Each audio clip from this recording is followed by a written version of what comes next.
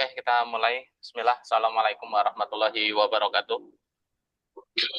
Waalaikumsalam warahmatullahi wabarakatuh.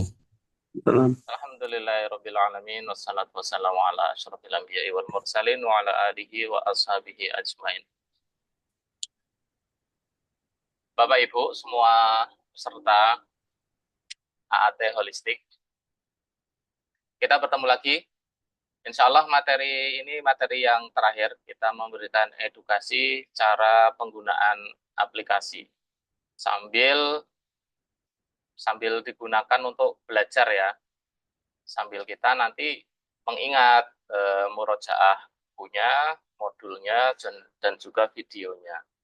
Nah, nanti aplikasi ini kita gunakan untuk cara cepat aja. Selain cara cepat, nanti aplikasi ini bisa kita setel seprofesional istilahnya begitu ya, karena nanti dari hasil analisis di aplikasi ini bisa langsung terkirim ke WA pasien. Nah, dari situ nanti kita akan mendapatkan langsung analisisnya. Jadi nanti terkesan lebih profesional. Oke, nanti tampilan aplikasinya seperti ini awalnya. Tampilannya begini. Di sini terpampang sangat jelas dan gamblang ya dengan warna merah yang mencolok. Dilarang membajak aplikasi ini. Jadi memang secara keamanannya aplikasi ini kalau orangnya itu pinter bajak dalam arti dia ahli di dunia IT, ya ini sudah kebajak ini. Ini mudah kebajak soalnya. Karena memang saya bikinnya standar, nggak bikin dengan pengamanan yang ketat kayak gitu. Saya masih berprasangka baik saja. Semoga kalaupun memang ada yang berniat tidak baik, nanti supaya Allah bukakan kayak begitu ya. Nah, tapi kita sebagai seorang Muslim itu kan terikat dengan sebuah akad. Akad itu baik tertulis atau tidak, ketika sudah diucapkan, baik lewat lisan atau lewat tulisan di pesan, itu kan akad. Nah, seorang Muslim itu terikat dengan akad. Kalau memang sudah akadnya dilarang membajak, menyalin, menyebarkan dalam bentuk apapun, ya berarti kita tidak boleh menggunakan cara-cara itu. Artinya menyalin di sini bukan menyalin hasil analisis ya. Kalau hasil analisis kan jelas dikirim ke pasien. Menyalin di sini menyebar itu artinya aplikasinya. Sehingga kasus kayak kemarin yang terjadi ada Ehwan di Papua yang dia sewa aplikasi tidak melalui proses belajar, artinya hanya langsung sewa karena memang awal-awal kita sewakan bebas untuk semua terapis ya, untuk membantu para terapis. Niat awal kita seperti itu. Namun ternyata disalahgunakan. Nah, peraturan sekarang kalau nggak belajar AAT, nggak boleh sewa. Ya, kecuali orang-orang tertentu yang saya sudah kenal dan percaya. Kalau orang baru, Beb, saya mau sewa, lihat di iklan gitu, kalau belum belajar AAT, nggak saya sewakan. Ya, sekali lagi pembatasan itu ada karena adanya pelanggaran kan. Semakin banyak pelanggaran ya akan semakin ketat nanti. Seperti itu. Beliau saya tegur alasannya tidak membaca ini. Jadi setiap membuka aplikasi itu Bapak Ibu akan disuguhkan tulisan kayak gini, warna merah mencolok kayak gini. Ini kalau kalau sudah menggunakan aplikasi sebulan lebih, kemudian masuk bulan kedua, kok selama itu tidak membaca peringatan ini rasanya nggak masuk akal. Dan itu beliau sudah perpanjang aplikasi kedua, artinya baru berjalan 2 bulan.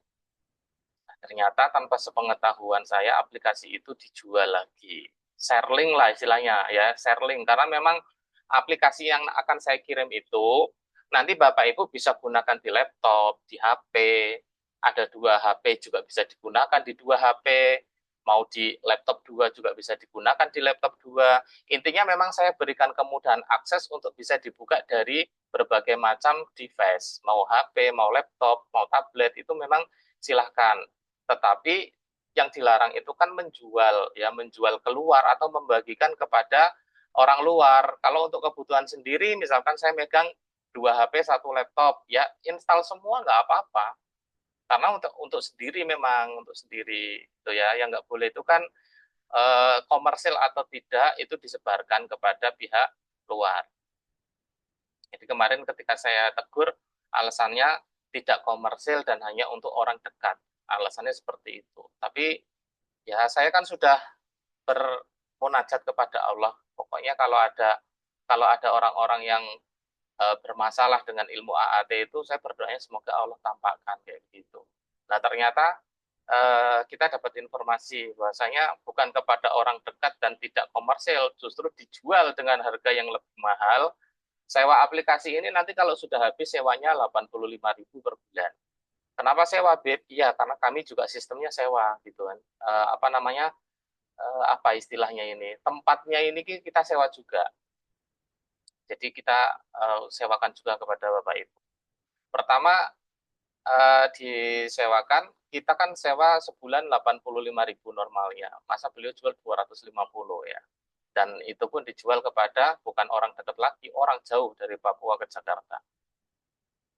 Nah, semoga beliau bertaubat karena saya sudah kasih peringatan keras gitu. Terakhir sebelum itu masih ngeles, masih banyak alasan-alasan. Saya patahkan terus alasannya, ganti alasan lagi, ganti alasan lagi. Saya berkesimpulan ya sudah, memang akhlak ya. Akhlak itu kalau sudah seperti itu ya nggak meminta maaf, akan selalu mencari alasan. Nah ini juga sekaligus kepada Bapak Ibu semua ya untuk kita menggunakan aplikasi sesuai akad ya. Silakan untuk membantu kebutuhan sendiri, artinya dalam menganalisis pasien. Mau mengkomerselkan secara jasa boleh, silakan.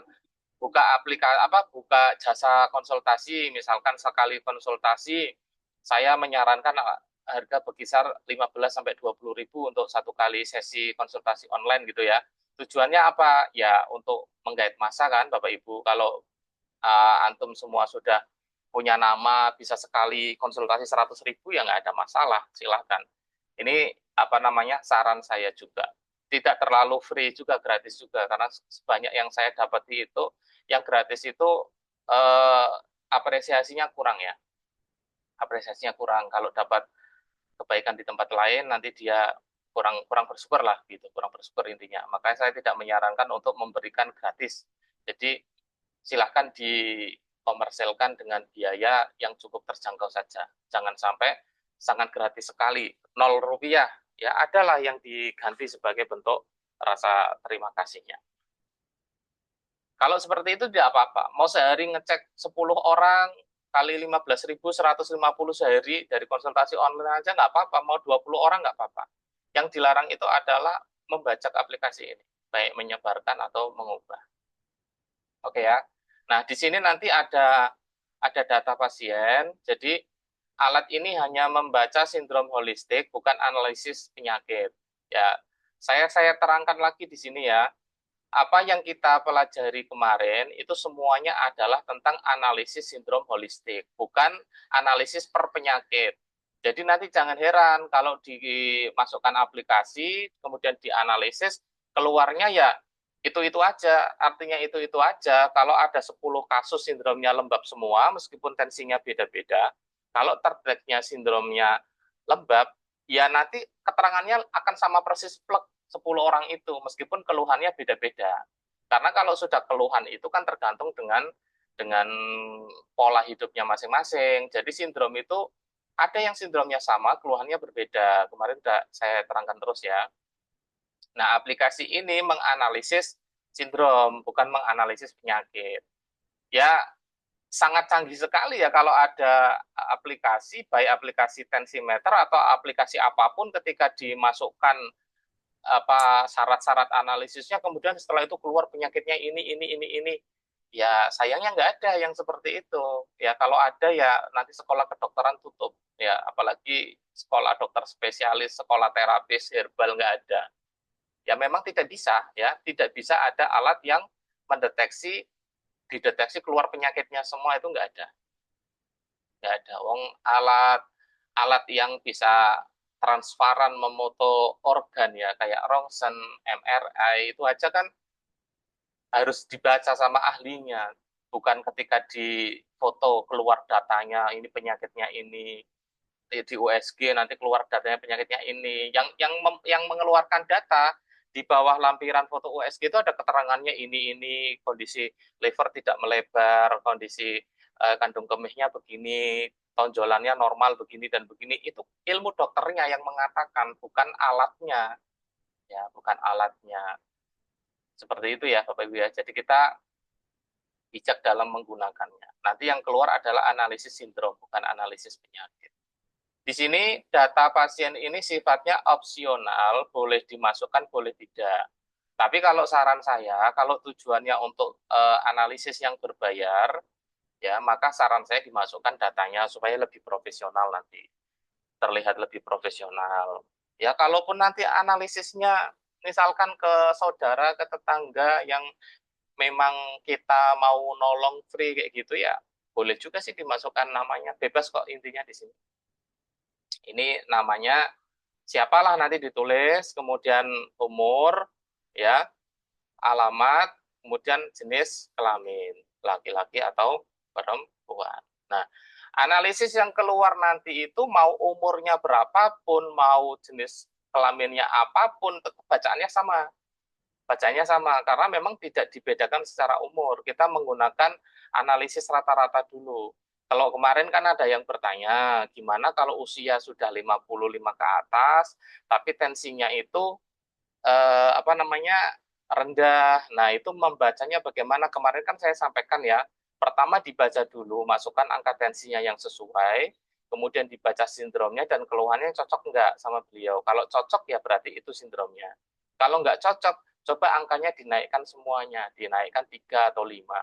Jadi misalkan tensinya 115, coba naikkan ke 118 atau 120 kayak gitu. Dinaikkan semuanya, sistolik dinaikkan, diastolik dinaikkan, jantung juga dinaikkan. Karena ini untuk membaca deteksi orang yang umurnya tua. Secara rumus kan kalau umurnya tua, dia tekanannya lebih tinggi, kayak gitu. Ya intinya nanti murojaah materi itu penting untuk membantu membaca ini juga. Nah ini saya kasih contoh ya. Saya kasih contoh dulu. Pertama contohnya 97. Alamat saya kosongin ya. 97 per 70, semisal nadinya 76. Contoh aja. Ini setelah dimasukkan angka-angkanya tadi diklik analisis ya. Setelah diklik analisis, ini langsung keluar. Nah, deteksi sindromnya dingin. Nanti di sini muncul hari kita pengecekan ini sekarang ya. Nah, di sini ada tanggalnya ini ada tanggalnya keluar. Nanti di laporan juga ada tanggal dan harinya juga ada. Nah, ini nilainya. Di sini ada keterangan analisis manual. Analisis manual itu kita bisa memasukkan analisis kita sendiri sesuai dengan keilmuan yang kita miliki. Nah, di sini tinggal dimasukkan aja. Masuk sini, diklik, nanti di HP diklik. Ini kan tampilan komputer ya, lebih lebar. Kalau di HP nanti kan tampilannya memanjang ke bawah. Ini dimasukkan. Misalkan kita menyarankan untuk rupiah, tulis saja nanti, kasih nomor 1. Kita sarankan untuk rupiah mandiri. Contoh aja, misalkan kita mau menyarankan untuk tidak minum kopi, ya kurangi, misalnya ini ya, kurangi minum kopi. Atau apapun ilmu yang sudah dipelajari Bapak Ibu, dan kemudian mau dimasukkan ke dalam analisis ini, gitu. Misalkan ada analisis tambahan kan ya di luar ilmu AAT yang Bapak Ibu temui. Ya saya nggak tahu backgroundnya di situ semuanya Bapak Ibu itu apa, karena kan ada yang mungkin ahli rukyah, ada yang ahli retek ya, ada yang ahli ilmu apa yang lain gitu. Silakan nanti dimasukkan di sini. Boleh. Apa misalkan nanti mau ditambahi ya periksa misalkan seminggu sekali kayak gitu ya. Nanti dimasukkan aja terserah. Ini manual, opsional, tinggal masukin sendiri. Saran-saran yang dari aplikasi itu belum ada. Oke, setelah itu ini kita akan membaca analisisnya. Nah, keterangannya dari rumus tadi itu sindromnya dingin. Sindrom dingin itu deskripsinya begini, gejala umumnya begini. Nanti dari gejala umum itu tinggal kita tanyakan, uh, ada bagaimana ini. Ya, terlebih dahulu sebelum kita mengecek ini, angka tensimeter selalu kita minta data ya. Selalu kita minta data. Saya tidak menyarankan kita ini melihat angka tensi langsung langsung semangat hatinya. Misalkan ada postingannya siapa lah teman atau siapa posting tensi, langsung kita analisis gitu. Saya tidak menyarankan yang kayak begitu ya. Artinya begini, kita belajar untuk membantu orang. Tapi kalau kita unjuk gigi di tempat yang tidak semestinya, orang tidak meminta kita, terus kita unjuk gigi seperti itu, saya tidak menyarankan. Ya, saya tidak menyarankan. Kenapa? Ya ini bagian daripada adab AAT ya. AAT nggak mau kayak gitu, nggak mau gitu. Kecuali ditawari dulu, misalkan mau dibantu analisis, ya orangnya mau ya baru kita analisis. Itu pun kita minta datanya, ya datanya. Di antara data yang wajib itu apa? Umur, jenis kelamin, kemudian keluhan utama. Umur, jenis kelamin, keluhan utama. Ya nama terserah mau disembunyikan, terserah. Tapi kalau saya setiap konsultasi resmi kayak gitu ya, konsultasi Bib tolong Japri kayak gitu, saya wajib minta nama. Ya tujuannya supaya saya kenal. Masa dia minta bantuan saya nggak kenal siapa dia. Kan kurang inilah, suatu saat apakah itu orang yang sedang mencari-cari kesalahan AAT atau apa kan kita nggak tahu. Kayak gitu. Jadi saya harus kenal dan termasuk bagian daripada adab. Masa mau minta tolong kok nggak perkenalan diri gitu. Saya pernah di WA ngirim tensi gitu, jig-jig ya, tiba-tiba tolong dianalisis. Saya tanya dengan siapa di mana, kan setiap nomor baru pasti saya tanya gitu, dengan siapa di mana. Nama saya Fulan di Jakarta. Saya udah nggak balas. Saya udah nggak balas. Ya lagi mana? Orang minta dibantu analisis, ya minta dibantu analisis, kemudian disuruh tanya nama aja menyembunyikan identitas, namanya Fulan gitu ya. Menyembunyikan identitas. Ya nggak inilah, nggak adab lah ya. Nggak ada apa, apalagi kalau kita tanya keluhannya apa banyak yang disembunyikan ya, yang nggak ada. Makanya saya minta yang utama itu adalah umur, keluhan, jenis kelamin, baru nanti nama itu kebijakan masing-masing Bapak Ibu. Kalau mau mengikuti kebijakan saya harus store nama kayak gitu ya, nomor HP juga, karena nomor HP kan nanti yang kita gunakan untuk ngirim data.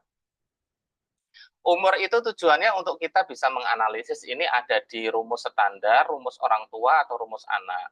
Kemudian jenis kelamin itu gunanya untuk kita membaca, karena nanti untuk beberapa aplikasi di sini, mau yang dimasukkan laki-laki atau perempuan, itu ada keterangan ini, apa namanya, tentang keputihan kayak gitu. Nah, kalau laki-laki kan nggak mungkin. Jadi begitu kita kirim WA ke sana, nanti di sana dibaca, Pak, saya kok ada keputihannya. Kita bisa jelasin. Oh, itu kalau perempuan, kalau bapak ya nggak masuk. Karena aplikasi ini kan dibikin tuh untuk laki-laki dan perempuan kayak gitu. Itu gunanya tanya gender. Kemudian gunanya kita menanyakan keluhan itu untuk mencocokkan. Ya mungkin bagi Bapak Ibu yang fokusnya di AAT holistik ya, apalagi baru privat baru 7 hari gitu. Tanpa keluhan juga nggak akan terlalu ngefek ya. Misalkan orang, tolong saya dibantu analisis ini tensi saya. Tanpa disampaikan keluhan, bagi Bapak Ibu nggak terlalu ngefek karena memang tidak ini belum bisa membaca fisiologi. Tapi kalau bagi saya itu akan sangat ngefek sekali. Sebabnya kalau sudah disebutkan keluhannya ini, itu saya nembak ke arah utama, apa namanya, ke arah utama masalah dia itu langsung ketemu, ibaratnya gitu, langsung ketemu di mana petanya masalahnya ini, kenapa orangnya itu langsung ketemu kalau sudah nyebut keluhannya. Ya langsung ketemu karena memang kita sudah memahami secara holistik dan fisiologi. Kalau yang baru holistik mungkin tidak terlalu butuh ya tentang keluhan itu. Tapi saran saya untuk membiasakan kita biar profesional, tanya keluhannya. Tanya keluhannya. Karena kalau misalkan Bapak Ibu angkat tangan terhadap kasus yang sedang ditangani, kemudian konsul ke saya pun akan menanyakan keluhannya apa. Gitu. Jadi disiapkan aja, tetap ditanya keluhannya untuk data sendiri.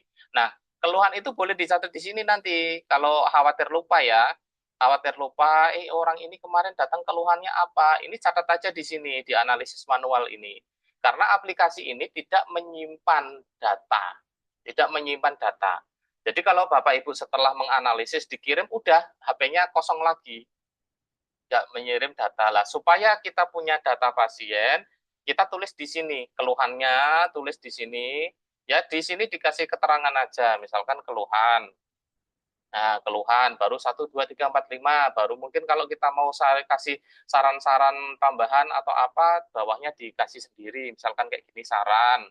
Nah, saran baru muncul 1, 2, 3, 4, 5 kayak gitu. Boleh keluhannya ditampilkan di sini.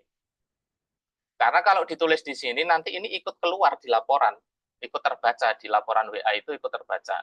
Nah, kita simpan yang kita save ke pasien itu, data itu kita simpan, bisa dibintangin pada WA-nya si pasien, atau bisa kita copy kalau kita punya ini ya, punya perangkat lain yang mau biar lebih profesional, bisa di copy di komputer atau laptop supaya datanya lebih tersimpan itu. Itu teknis aja sih, terserah, terserah. Kalau saya menggunakan WhatsApp bisnis itu salah satunya kan ada fitur label ya. Jadi orang itu bisa ditambahin label. Ini misalkan label pasien kayak gitu. Jadi nanti kalau orang itu WA saya itu saya langsung ingat ini siapa. Oh ini pasien. Oh ini yang beli poster bekam. Oh ini yang ikut pelatihan AAT holistik. Itu ada label-labelnya kalau di WA saya itu. Bisa lah gunakan hal-hal semacam itu untuk membantu menyimpan data. Oke, saya kembali lagi di sini. Nah, di sini yang keluar adalah gejala umum. Dicocok-cocokkan dengan keluhan tadi, ya, keluhan orangnya, baru nanti akan apa namanya? Efek jangka panjangnya kan ini sudah ada tulisan ya. Jadi biar dia baca sendiri, saran dan tipsnya juga nanti udah otomatis terkirim juga. Jadi biar si pasien itu kita bilang dibaca dulu semuanya kayak gitu. Suruh baca semuanya. Termasuk nanti gejala-gejala umum ini keluar juga di analisis. Pokoknya yang ada di halaman ini itu, keterangan-keterangan itu nanti keluar semua. Ini karena sindromnya dingin, jadi masuk analisis non-medis ya, Ain Hasad. Nah, hal-hal yang berkaitan dengan masalah non-medis ini, kalau Bapak Ibu bukan seorang yang perukyah, atau bukan seorang yang ngerti tentang ilmu rukyah, ini nanti di-skip. Di-skip itu begini, nanti kan ini akan terbaca juga di analisisnya sana ya, ke sana akan terkirim gitu. Nah nanti kalau orang tanya-tanya tentang saya ada non medis apa ini gini gini gini, itu jangan dibahas, jangan dibahas. Itu cuma ada indikasi, itu cuma ada indikasi. Nanti kalau mau detail konsultasi kepada yang lebih lanjut kayak gitu. Ini saran saya, saran saya. Kalau mau menjelaskan tentang ain hasa tentang non medis, minimal belajar rukyah dulu. Kenapa? Karena begini, kelihatannya sepele ya, tapi saya sampaikan di sini karena Bapak Ibu murid-murid saya, jadi ya saya harus istilahnya melindungi juga. Kita ini tidak tahu diri kita sendiri ini ada gangguan pemicu non medis atau tidak, kita tidak tahu gitu. Banyak orang-orang yang belajar AAT itu sama sekali tidak tahu dia ada gangguan di badannya. Orangnya udah dewasa, udah umur 50, 40, sampai saat umur itu tidak ada yang tahu dirinya punya gangguan non medis. Tapi begitu saya cek tensinya satu-satu, kan mahasiswa biasanya saya minta cek tensinya satu-satu. Ya, saya pengen tahu kesehatan para mahasiswa saya juga, biar saya enak kalau belajar sama mereka dan bisa membantu mereka. Setelah dikirim tensinya, kelihatan nih ada beberapa potensi-potensi yang non medis. Ya, saya biarkan dulu, saya nggak melarang untuk bahas-bahas ini kayak gitu. Apalagi menangani pasien yang jelas-jelas ada non medisnya itu saya larang ya, saya larang.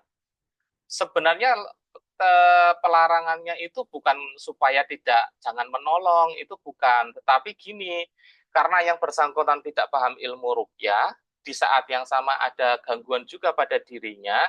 Nah, ketika nanti menangani kasus seperti ini, baik menerapi orang yang ada non medis atau membahas analisis non medis, itu dia akan kena apa namanya?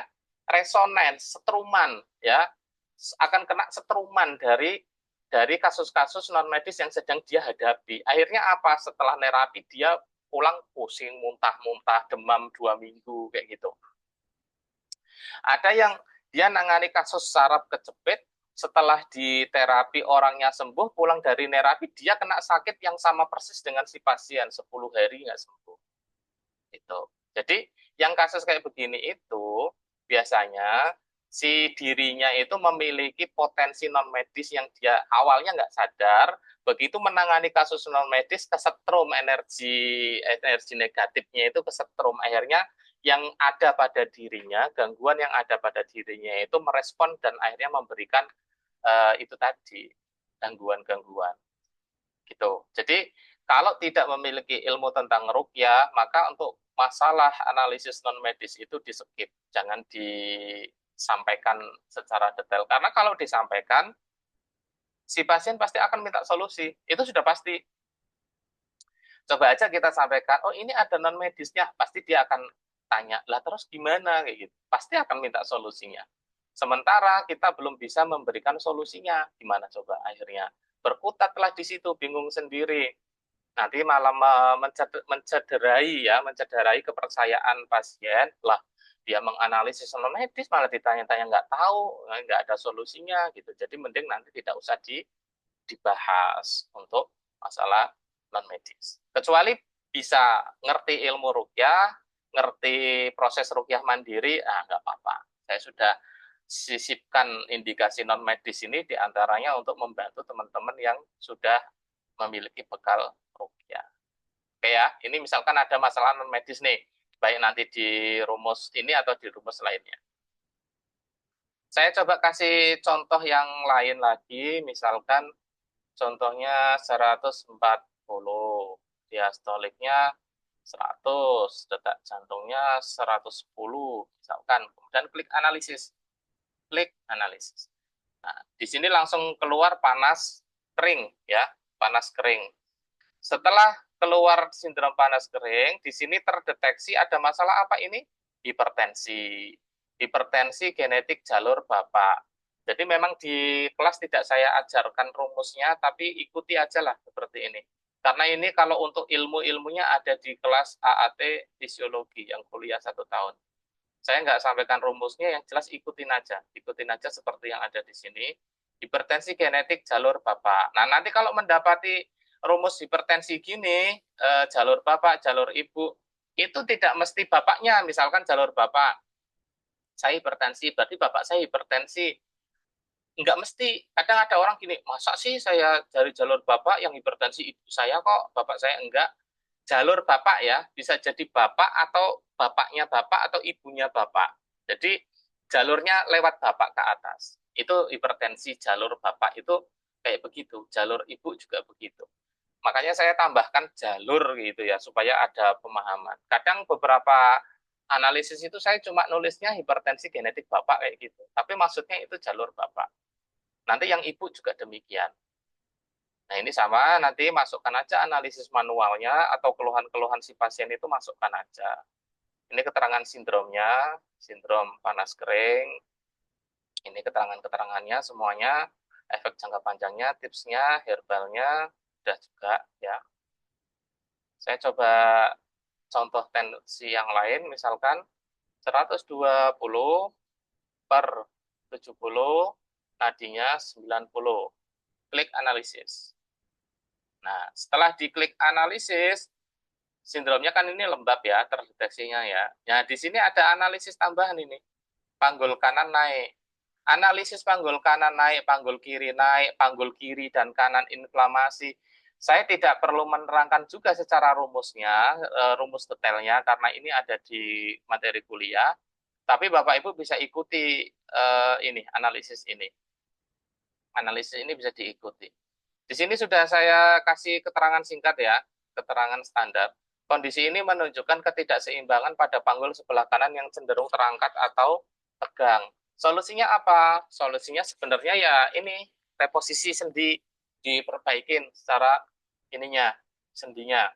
Nah, kalau punya ilmu tentang reposisi sendi tulang itu silakan bisa dipakai, gunakan. Kalau nggak paham ilmu ini, ya maka ada dua hal. Pertama, belajar. Yang kedua, salurkan ke saya, konsulkan ke saya. Nanti saya punya arahan-arahan online untuk dikerjakan mandiri di rumah untuk mengatasi masalah ini. Kayak gitu. Karena memang di aplikasi juga sudah saya kasih keterangan ya, kalau ada kondisi yang tidak mampu ditangani, maka konsultasi ke saya atau ke klinik kesehatan setempat. Kayak gitu.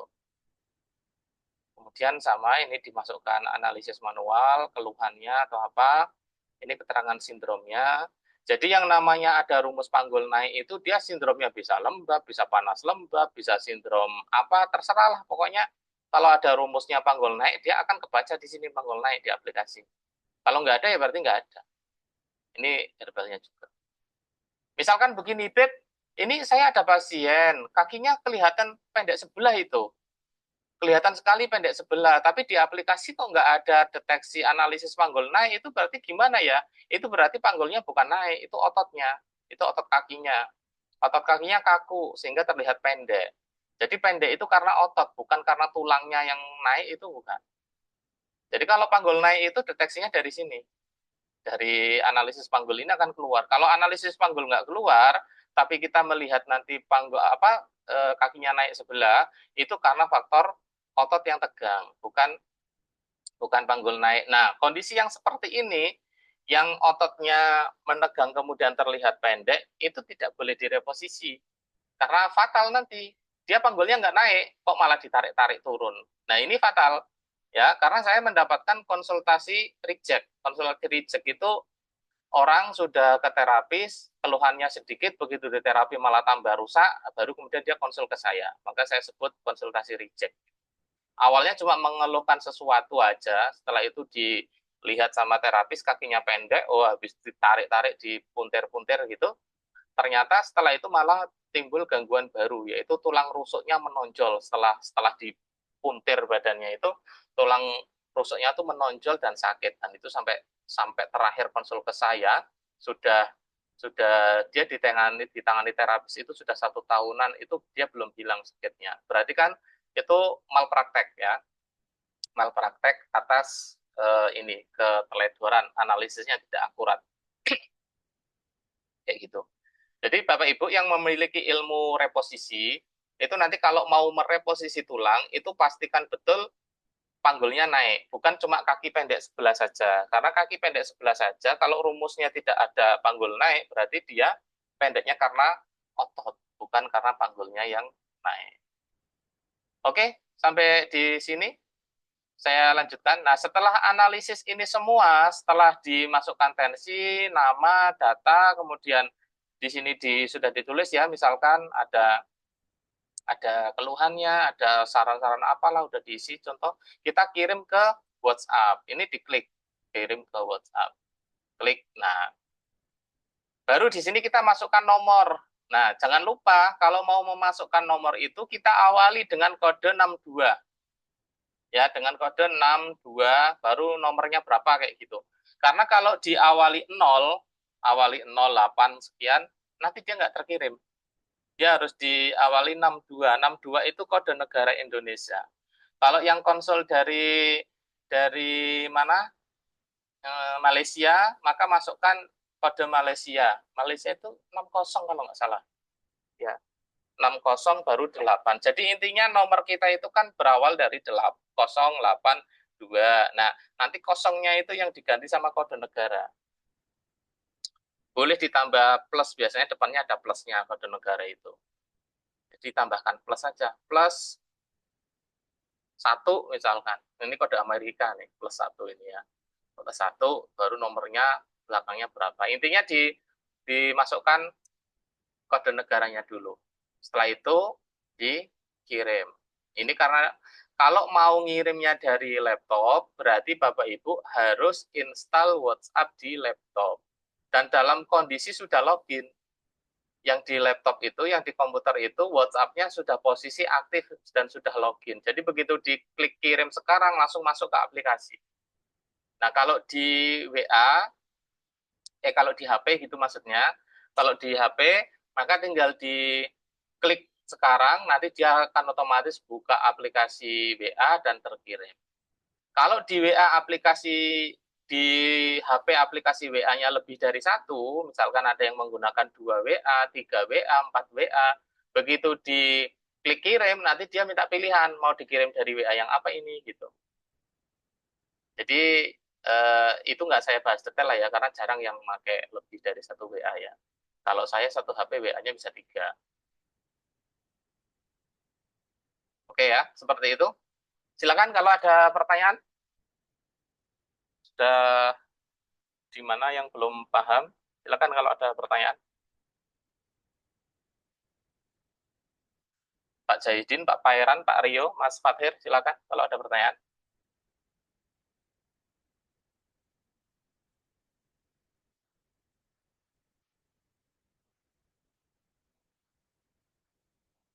Dibuka mic-nya kalau ada pertanyaan.